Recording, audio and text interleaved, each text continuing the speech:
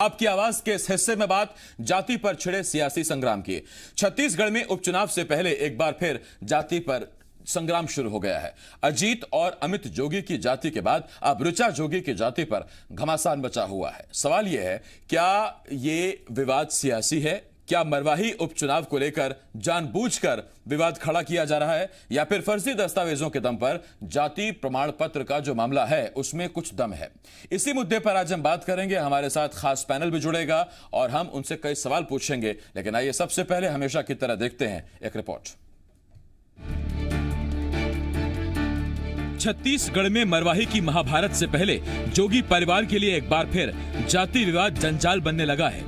पूर्व सीएम और मरवाही से विधायक रहे अजीत जोगी के निधन के बाद हो रहे उपचुनाव पर अमित जोगी मैदान पर उतरेंगे या नहीं, ये अभी पूरी तरह से साफ नहीं है। मगर इतना साफ है, अगर अमित की जाति पर कोई संकट रहता है तो फिर उनकी पत्नी ऋचा मैदान में जरूर उतरेंगी। मगर संकट ये है कि अब ऋचा भी जाति विवाद में घिर गई। ऋचा जोगी के जाति प्रमाण पत्र को लेकर अब कांग्रेस ने मोर्चा खोल दिया है। कांग्रेस के एक प्रतिनिधि मंडल ने राज्यपाल अनुसुईया उइके से मुलाकात कर फर्जी जाति प्रमाण पत्रों की जांच कराने की मांग की। हम चाहते हैं कि जोगी परिवार जो भी है उनके ऊपर कानूनी कार्रवाई हो, जो भी फर्जी प्रमाण पत्र रखे उनके खिलाफ। दरअसल ऋचा जोगी ने मुंगेली में अपना जाति प्रमाण पत्र बनवाया था, जिसको लेकर कलेक्टर ने उन्हें नोटिस जारी कर दिया है। इस पर जोगी परिवार ने सफाई दी है। सरकार की नीयत और मंशा पर संदेह है और हमारी बहू को भी की जाति जो 5 दशक से गौड़ जनजाति का उनके पास प्रमाण है, पुख्ता प्रमाण है, वो दस्तावेज मतलब पुख्ता है और उसको वंचित नहीं करना चाहिए। मरवाही सीट आरक्षित है। अमित जोगी का जाति का मामला हाईकोर्ट में अटका है। ऐसे में उपचुनाव से पहले जोगी परिवार के लिए एक बार फिर जाति जंजाल बन गई है। ऋचा जोगी की जाति को लेकर कांग्रेस के विरोध पर उनका बचाव करने के लिए अमित जोगी मैदान में उतर आए हैं। हर लेवल पर, हर नियम के अंतर्गत उनके जाति आवेदन का परीक्षण किया गया। 50 वर्षों से ऋचा जोगी जी के परिजन सरकारी नौकरियां कर रहे हैं। 50 सालों तक तो किसी ने कोई सवाल नहीं उठाया, अब अचानक क्यों उठा रहे हैं? अब सवाल यह है कि अमित जोगी के बाद ऋचा जोगी भी जाति विवाद के फेर में फंस जाएंगी। सवाल यह है, जोगी परिवार मरवाही से किसे मैदान में उतारेगा और इस पूरे विवाद से किस सियासी दल को उपचुनाव में कितना फायदा मिलेगा? मुंगेली से राकेश ठाकुर के साथ देवेश तिवारी, जी मीडिया, रायपुर। दो खास मेहमान हमारे साथ जुड़ रहे हैं। हमारे साथ जनता कांग्रेस छत्तीसगढ़ के मीडिया प्रभारी रामनिवास तिवारी जी हमारे साथ जुड़ रहे हैं। इसके साथ साथ कांग्रेस की तरफ से प्रवक्ता आरपी सिंह जी हमारे साथ जुड़ रहे हैं और कुछ ही देर में हमें बीजेपी की तरफ से संजय श्रीवास्तव जी भी ज्वाइन करेंगे। आरपी सिंह जी और इसके साथ साथ रामनिवास जी, बहुत बहुत स्वागत है आपका। सबसे पहला सवाल रामनिवास जी आपसे। रामनिवास जी, पहले अजीत जोगी, फिर अमित जोगी, अब ऋचा जोगी। ये मरवाही की महाभारत से पहले अचानक मामला कैसे सुर्खियों में आ गया है? दरअसल क्या है कि कहते हैं कि तोड़ न जीता हूं तो तोड़ पेट के पीला लड़ जीती हूं। यह है बड़ा पुराना छत्तीसगढ़ी कहावत।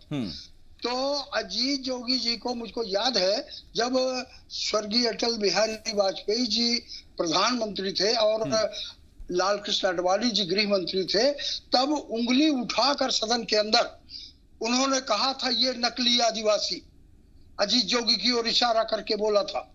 और 30 साल 35 साल हो गया और भारत की सरकार के प्रधानमंत्री और गृह मंत्री भी जब उन्हें बोल रहे थे ये नकली आदिवासी, तो वाह, भारत के अंदर क्या ऐसी कोई प्रशासनिक व्यवस्था और ये सब कुछ नहीं है कि किसी एक मामले को 30 साल 35 साल में निपटारा कर पाए? और अगर 30-35 साल में भी निपटारा नहीं कर पाए तो फिर बेमतलब का ये मुद्दा बनाए रखने की क्या जरूरत है? उससे भी बड़ी बात, मरवाही विधानसभा क्षेत्र आदिवासी बाहुल्य, आदिवासियों के लिए आरक्षित विधानसभा है। 4 बार से लगातार अजीत जोगी 50,000 55,000 वोट से जीतते चले आ रहे हैं जी। तो क्या उस इलाके के लोगों को नहीं मालूम कि जोगी असली है, नकली है, आदिवासी है, नहीं है? और 50,000 55,000 वोट से जीतने वाले आदमी को दिल्ली और रायपुर में बैठे हुए लोग और कुछ नौकरशाह कि मिली भगत से उन्हें नकली और इस तरह की बातें करना। नहीं रामनिवास जी, उसमें मेरा आपसे सवाल ये है, देखिए जनता वोट देती है, जनता अदालत नहीं है, वो फैसला नहीं करेगी कि असली आदिवासी हैं कि नकली आदिवासी हैं, वो तो कोर्ट ही तय करेगा ना सर। कोर्ट तय करेगा। तो ये जारी करने वाला, प्रमाण पत्रों को जारी करने वाले लोग आखिर शासन के वेतन भोगी अधिकारी है ना। अभी ऋचा जोगी जी को जो प्रमाण पत्र जारी हुआ है, कोई मैंने तो नहीं बना के दे दिया। माना कि मैं उनका घरेलू सदस्य हूं, तो क्या मैंने बना के दे दिया या अमित जोगी ने बना के दे दिया? उसको तो बनाया है किसी उच्च वेतन भोगी ने। और अभी सरकार है भूपेश जी की, सरकार है कांग्रेस की, और इसके पहले भी जहां जहां से सर्टिफिकेट बने, वो बनाने वाले लोग अधिकारी हैं। और कोई भी जाति प्रमाण पत्र बनाने के लिए जो निर्धारित प्रपत्र है, निर्धारित वांछित जो जानकारियां हैं, निर्धारित डॉक्यूमेंट्स हैं, उन सबको जब प्रस्तुत किया जाता है, तब जाकर के जो भी सक्षम अधिकारी है वो उस प्रमाण पत्र को जारी करता है। अब जारी करने वाले अधिकारी प्रशासन के हैं। मैं रामनिवास जी लौट रहा हूं आपके पास। आरपी सिंह जी हमारे साथ इसमें जुड़े हुए हैं। आरपी सिंह जी, शिकायत रामनिवास जी को ये है, जनता कांग्रेस छत्तीसगढ़ को ये है, अमित जोगी को भी हमने कुछ दिन पहले सुना, और इस बीच हमारे साथ संजय श्रीवास्तव जी जुड़ गए हैं बीजेपी की तरफ से। संजय जी, बहुत स्वागत है आपका डिबेट में। आरपी सिंह जी, मेरा सवाल आपसे ये है कि अमित जोगी जी को भी हमने सुना, अमित जोगी का ये कहना है कि चुनाव से पहले ही क्यों अचानक से बीजेपी हो या कांग्रेस हो, वो जोगी परिवार पर जाति का जंजाल कर देती है। देखिए आसिफ भाई, मुझे एक शेर याद आता है कि खुदा हमको ऐसी खुदाई ना दे कि अपने सिवा कुछ दिखाई ना दे, और गुनहगार समझेगी दुनिया तुझे, तू इतनी ज्यादा सफाई ना दे। अरे साहब, एक नोटिस ही तो मिली है, कौन सी संपत्ति छीन ली हमारी सरकार ने? जो सवाल पूछेगा उसका जवाब दे दीजिए, कुतर्क क्यों? मैं तिवारी जी को सुन रहा था, आदरणीय तिवारी जी बताया प्रशासन के लोग बनाते हैं सर्टिफिकेट। जी हाँ साहब, प्रशासन के लोग ही बनाते हैं। और स्वर्गीय अजीत जोगी जी के पास 1 2 3 4 5 6 नहीं 7 जाति के प्रमाण पत्र थे, 7 जाति के प्रमाण पत्र। लेकिन उच्च स्तरीय छानबीन समिति में पाया गया कि वो नकली आदिवासी थे। बाद में हाई कोर्ट गए, वहां तो उन्हें राहत नहीं मिली, सुप्रीम कोर्ट गए, वहां तो उन्हें राहत नहीं मिली। अब सवाल ये उठता है कि जिस व्यक्ति का पिता ही असली आदिवासी नहीं है, उसका पुत्र कैसे आदिवासी हो सकता है? अन्यथा क्या है वजह थी? मुझे बताइए कि ऋचा जोगी का जन्म होता है 1985 में, और वो 15 जुलाई सन 2020 तक अपने आप को आदिवासी साबित करने के लिए कोई प्रमाण पत्र नहीं बनाती। 15 जुलाई की शाम को 6 बजे कार्यालय बंद होने के बाद उनका आवेदन वहां प्रस्तुत होता है, और ठीक एक दिन बाद 17 जुलाई को कार्यालय खोलने से पहले मिल जाता है। ऐसे समाचार पत्रों के माध्यम से मैंने पढ़ा है। तब सोचिए आखिर इसके पीछे क्या वजह है। और आपने जो सवाल पूछा, मैं आता हूं उसी पर लौट के। हमारे यहाँ आदिवासियों की आबादी है कुल 32%। अगर इस राज्य की आबादी 2,70,00,000 है, तो यहाँ 84 लाख आदिवासी समाज के लोग रहते हैं, और इन 84 लाख लोगों में से किसी एक के ऊपर भी उंगली नहीं उठती है कि आप असली आदिवासी हैं कि नकली आदिवासी हैं, सिवाय जोगी परिवार के। हमारे यहाँ 90 विधानसभा सीटें हैं, जिसमें से 29 आदिवासी समाज के लिए आरक्षित हैं, किसी पर उंगली नहीं उठती सिवाय जोगी परिवार के। हमारे यहाँ लोकसभा की 11 सीटें हैं, 4 आदिवासी समाज के अपना रिजर्व हैं, किसी पर उंगली नहीं उठती सिवाय जोगी परिवार के। ठीक, आरपी सिंह जी, लेकिन आपने अपने जवाब में कहा कि दफ्तर बंद होने के बाद आवेदन प्रस्तुत होता है, अगले दिन दफ्तर खोलने से पहले सर्टिफिकेट मिल जाता है, तो ये प्रशासन जुलाई में किसके अंडर था सर? ये नहीं, प्रशासन हमारा ही था। मैं तो ये कह रहा हूं कि अब तो इसकी जांच शुरू हुई है, और जो कुछ कह रहा हूं समाचार पत्रों में आया हुआ है, उसको पढ़ के कह रहा हूं। तो अब ये पता चलेगा ना कि जब ऋचा जोगी अकलतरा से लड़ने जाती तब सामान्य वर्ग की हो जाती हैं, वहां निर्वाचन के लिए 10,000 रुपए का फार्म भरती हैं, वहां उनका नाम होता है ऋचा ऐश्वर्य जोगी। जब वो जाति का प्रमाण पत्र बनाने आती है तो यहाँ उनका नाम बदल कर हो जाता है ऋचा रूपाली साधु। पति का नाम का उल्लेख नहीं होता है, स्थायी पते में लिखा है पेड्रीडी गांव। तो सब मिला के कहानी को गोल गोल है। और मैं जो बात बताने जा रहा हूं, मैंने आदरणीय रेड्डी जोगी को सुना, अमित जोगी को सुना, उन्होंने कहा कि ऋचा के परिजन पिछले 5 दशकों से सरकारी सेवा कर रहे हैं और गौड़ जाति का आदिवासी है। मेरे पास उनकी सर्विस बुक है, जिसमें उनकी जाति पर लिखा है क्रिश्चियन। बात नंबर 1। बात नंबर 2, 5 दशक का मतलब होता है 50 साल। मतलब ऋचा जोगी के पिता 10 साल की उम्र में सरकारी सेवा में आ गए थे। तो अब ये कुतर्कों का समय गया साहब। अगर आप उसमें शायद उन्होंने कहा है कि उनके परिवार वाले, उसमें शायद पिता का जिक्र उसमें किया है कि नहीं किया। परिवार वालों में दादा भी हो सकते हैं, ताऊ भी हो सकते हैं। मैं लौट रहा हूं उस पर आपके पास। आरपी सिंह जी, देखिए उनके परिजनों तक तो नहीं पहुंचा मैं अभी तक। जाति क्रिश्चियन लिखी हुई है। ठीक, मैं लौट रहा हूं उस पर आपके साथ। रामनिवास जी, एक मिनट में आता हूं आपके पास। संजय जी, आपका रिएक्शन बहुत इंपॉर्टेंट है यहाँ, इस लिहाज से इंपॉर्टेंट है क्योंकि अब आप तीसरा धड़ा है इस वक्त। एक तरफ कांग्रेस बनाम जनता कांग्रेस छत्तीसगढ़ की जो ये जंग चल रही है, उसमें बीजेपी यहां क्या स्टैंड रखती है, या अभी आप वही चुनाव से पहली वाली बात करेंगे कि देखिए ये दरअसल आपस में ए और बी टीमें हैं?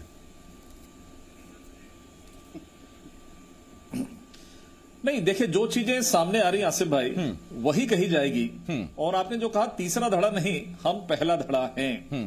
दरअसल ये तो मिले जुले लोग हैं पुराने, ये कब अलग हुए कब एक हो जाएं इनका कहीं कोई भरोसा नहीं है। लाभ हानि के दृष्टिकोण से ये सब एक हो सकते हैं, लेकिन बीजेपी अपने धड़े के रूप में काम करती है। और मुझे ऐसा लगता है, देखिए मैं तो वहां से प्रारंभ करूंगा, बहुत सारी टेक्निकल चीजें हैं जो आरपी सिंह जी ने भी कहा है। मेरा विशेष रूप से ये कहना है कि देखिए संविधान, इस देश के अंदर में संविधान है, संविधान के तहत जो हमारी केंद्रीय व्यवस्थाएं हैं कि SC ST और OBC के लिए जो इनके आरक्षण है, जो उनके नियम है, जाति प्रमाण पत्र की आवश्यकता है, उन नियमों के तहत इस तरह की चीजें होनी चाहिए। देखिए एक सबसे बड़ी बात तो ये है कि टाइमिंग्स की बात है। आज कांग्रेस संघर्ष कर रही है जोगी परिवार को गैर आदिवासी बताने की। मैं थोड़ा सा याद दिलाना चाहूंगा, क्योंकि पॉलिटिकल मामला है, ठीक है, पॉलिटिकल मैं उसको उल्लेख करूंगा कि यही अजीत जोगी जी को, यही सोनिया गांधी जी, यही राहुल गांधी और यही दिल्ली की AICC ने एक आदिवासी मुख्यमंत्री के रूप में छत्तीसगढ़ के अंदर में भेजा था। और लगभग यहां 2-2.5 करोड़ जनता को इन्होंने बेवकूफ बनाया। यदि ये इस बात पर आज इनका स्टैंड है कि वो परिवार या जो भी लोग हैं जिनके बारे में बातें हो रही, वो यदि आदिवासी नहीं है तो पहला विश्वासघात यदि किसी ने किया तो कांग्रेस ने किया। तब अजीत जोगी जी कांग्रेस उस पर कई सवाल जब मैंने कांग्रेस से पूछे संजय जी, तो उसमें उनका कहना है कि उस वक्त हमको नहीं पता था कि वो आदिवासी नहीं है। इस पर कई बार पहले भी चर्चा हुई है। तो फिर आप कर क्या रहे हैं? आप इस देश के जिम्मेदार पार्टी हैं, बरसों भर से आप सरकार में रहे हैं और उस समय भी हैं, और आप ये कहें कि हमको उस समय मालूम नहीं था, इसीलिए तो ये लड़ाई हो रही है। यदि आप ये भ्रम नहीं फैलाते, यदि आप ये समस्या नहीं करते, तो आज छत्तीसगढ़ जूझता क्योंकि जोगी परिवार आदिवासी है या नहीं है। और ये संविधान अधिकार देता है प्रत्येक व्यक्ति को अपनी जाति प्रमाण पत्र लेने का और उसको सिद्ध करने का। लेकिन टाइमिंग्स, जो आप भी समझ रहे हैं आसिफ भाई कि टाइमिंग्स, आज चुनाव है, चुनाव के 4 दिन 5 दिन पहले छानबीन समिति को दाएं बाएं करना, उस कमेटी को, कलेक्टर को पावर देना। और ऋचा जोगी जी का जो मामला है, देखिए मुझे मतलब नहीं है जोगी पार्टी या कांग्रेस पार्टी से, लेकिन नियमों का उल्लेख होना चाहिए, सबको अधिकार है। आज एक कमेटी 4-6 दिन के अंदर में उनसे जानकारी मांगती है और ठीक आज 8 तारीख को अंतिम वो करती कि कल से नामांकन है। आज मुझे ये बताइए, मुझे याद है अच्छी तरीके से, इस पर कई बार चर्चा हुई जोगी जी के समय भी, कि सुप्रीम कोर्ट की जो माधुरी पाटिल ने स्टैंड दिया था कि ये छानबीन समिति इसको जांच करेगी। क्या छानबीन समिति इसकी जांच कर रही है? छानबीन समिति को आपने अलग कर दिया, पूरा पावर कलेक्टर को दे दिया, अचानक दे दिया, 10 दिन के अंदर दे दिया। आखिर ये सब कारण क्या है? और उसके बाद छानबीन समिति की उससे भी यदि अनुशंसा से आप सहमत नहीं होते तो हाई पावर कमेटी है, हाई पावर कमेटी के पास में ये विषय जाएगा। तो आखिर अपने जाति ऋचा जोगी जी ने अभी उन्होंने कहा, आरपी सिंह जी ने, कि अभी तक नहीं, कोई जरूरत नहीं है। बहुत सारी चीजें ऐसी होती जो बाद में बताना पड़ता है। ऐसा नहीं है कि सब चीज पहले दिन ही बनवा के रख लिया जाता है। आज चुनाव लड़ना है, जो डॉक्यूमेंट चाहिए चुनाव आयोग को, उसको हम प्रिपेयर करते हैं, मैं भी करता हूं। उसमें बस ये है संजय जी कि बात होनी चाहिए असली। अगर आप आदिवासी हैं तो खुद को आदिवासी बताएं, अगर फर्जीवाड़ा होगा तो फिर कार्रवाई होगी। और मैं ये बिल्कुल तय करने वाला कोई नहीं हूं, ना मेरे पास अधिकार है और ना मैं तय करता हूं ऋचा जोगी आदिवासी हैं। आसिफ भाई समय पर बात कर रहे हैं संजय श्रीवास्तव जी। कार्यवाही नियमानुसार होना चाहिए ना। हाँ ठीक, नहीं मैंने उसमें ये कहा कि मैं ना कोई होता हूं, ना मेरे पास अधिकार नहीं है कि मैं ये तय करूं। दादागिरी है आरपी सिंह, यही आपकी दादागिरी है। समय आप खराब कर रहे हो। एक मिनट संजय जी, एक मिनट आप भी रुकिए, संजय जी एक मिनट। रामनिवास जी मैं आपके पास आ रहा हूं। रामनिवास जी, इस देश में आपका शासन सर्टिफिकेट आरपी सिंह जी एक मिनट, मैंने सवाल पूछा आरपी सिंह जी से, एक मिनट संजय जी। रामनिवास जी, देश में ऐसे कितने मामले सामने आए कि जब व्यक्ति चुन लिया गया, विधायक बन गया या सांसद बन गया, और उसके बाद उसके फर्जी जाति या किसी तरह के प्रमाण पत्र जब फर्जी पाए गए तो फिर उसको रोल बैक करना पड़ा, निर्वाचन रद्द हुआ या फिर सजाएं हुए। तो क्यों नहीं आपके विपक्षी दल, अगर उनको शक है कि आपकी जाति फर्जी है, और यहां तो शक का आधार यह है कि जब अजीत जोगी की जाति अभी तक तय नहीं हुई तो उनके पूरे परिवार में कैसे जाति क्लियर हो सकती है, तो उस पर ये सिर्फ और सिर्फ चुनावी साजिश के तौर पर देखा जाए, ऐसा क्यों समझा जाए? बस बस बस बिल्कुल श्रीमान जी, बिल्कुल सही बात है। आरपी सिंह जी का मैं बहुत सम्मान करता हूँ, उनके बहुत सारे डिबेट सुना, बहुत विद्वान व्यक्ति हैं, परंतु अभी पता नहीं वो कैसे आए बाएं बोल रहे हैं कि वो 5 बजे ऑफिस बंद होने के बाद आया। यार थोड़ा सा ये तो सोच लेते भाई, अगर अच्छे घुड़सवार हो कि ये घोड़े ऐसे इस तरह से क्यों बिदक रहे हैं? जरा अच्छे घुड़सवार का जरा कोई कहानी नहीं, तिवारी जी कहानी मत सुनाइए, कहानी मत सुनाइए, तथ्यों पे बात कीजिए। क्या प्रमाण है आदिवासियों का बताइए। मैं तो आरपी सिंह जी एक मिनट सुनिए, रामनिवास जी पूछ रहे हैं, बताइए। अरे सुन तो लो भैया। हाँ बोलिए रामनिवास जी बोलिए। आरपी सिंह जी मैं आपको बहुत सम्मान करता हूँ, बहुत विद्वान व्यक्ति हैं। तुमने अपने वक्तव्य को शायरी से चालू किया। एक मिनट संजय जी, एक मिनट। दर्द हो रहा है, बी टीम पे हमला हो रहा है तो नहीं संजय जी एक मिनट संजय जी एक मिनट। अरे शायरी आप करो। अरे सर पार्टी रामनिवास कुछ बोले भी नहीं। एक मिनट संजय जी एक मिनट। आरपी सिंह जी एक लगती है आपको, आप शायरी करते हो। अरे सर एक मिनट। हाँ रामनिवास जी बोलिए। हाँ, मैं आदरणीय आरपी सिंह जी का बड़ा सम्मान करता हूँ, बड़ा मैं मानता हूँ कि विद्वान व्यक्ति हैं, परंतु आज इनको क्या हो गया? नहीं तो ऐसा क्या हो गया आपको? ऐसा क्या लगा कि वो अपने घोड़े दाएं बाएं दौड़ा रहे? ये तो बताइए सर, आपने कहा घोड़े दाएं बाएं दौड़ रहे हैं, ये तो बताइए कहां दौड़ रहे हैं, क्या हुआ ऐसा? नहीं ये 5 बजे के बाद ऑफिस खुल गया, 5 बजे के बाद ये हो गया, माने नौकरशाही इतनी बेलगाम हो रखी है क्या आपके कार्यकाल में? ठीक है, मैं रामनिवास जी ये सवाल पूछता हूं आरपी सिंह जी से, मैं तो आपसे सवाल पूछ रहा हूं। अगर आज की स्थिति देखें तो आपको खुद को भी पता है कि संशय बना हुआ है, दिक्कत हो सकती है अमित जोगी के साथ भी, ऋचा जोगी के साथ भी, तो क्या मरवाही से इन दोनों के अलावा, जोगी परिवार से अलावा कोई तीसरा कैंडिडेट भी हो सकता है क्या? उसकी तैयारियां भी चल रही है या नहीं? आदरणीय जरा याद कीजिए, अभी कुछ दिन ही पहले हम स्वयं जब माननीय राज्यपाल महोदय के पास जब जाकर के 24 तारीख को किए गए इस जाति संबंधी छानबीन समिति के संबंध में जो संशोधन किया गया था उसकी ओर जब ध्यान आकर्षित कराया तो उन्होंने स्वयं कहा कि ये ऐसा हो गया क्या, मेरे जानकारी में नहीं, मेरे जानकारी के बगैर। तो इस तरह का फर्जीवाड़ा कि गवर्नर के नाम पर राजपत्र में कोई चीज प्रकाशित करा देना और राज्यपाल की जानकारी के बगैर, ठीक, ये अभी भी रामनिवास जी आपने सवाल का जवाब नहीं दिया। मैं समझ सकता हूं कि आप जवाब इस पर अभी नहीं दे पाएंगे शायद, कि ऋचा जोगी, अमित जोगी के अलावा भी कोई वहां चुनाव लड़ेगा क्या? हाँ नहीं, उस पर सर देखिए मैंने टाइम दिया आपको और आपने उसका जवाब नहीं दिया। धन्यवाद आपका हमारे साथ जुड़ने के लिए आरपी सिंह जी, संजय जी। और चूंकि आज मुद्दा ऋचा जोगी की जाति से जुड़ा हुआ था तो रामनिवास जी को मैंने थोड़ा ज्यादा वक्त दिया, क्योंकि उनकी पार्टी का मसला है, वो क्या कहना चाहते हैं जनता ये भी सुनना चाहती है। बहुत धन्यवाद आपका हमारे साथ